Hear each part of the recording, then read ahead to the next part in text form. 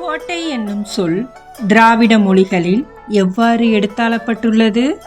குழந்தைங்களா, திராவிட மொழிகள் எதுன்னு பார்ப்போமா? தமிழ், தெலுங்கு, மலையாளம், கன்னடம், துளு, தோடா.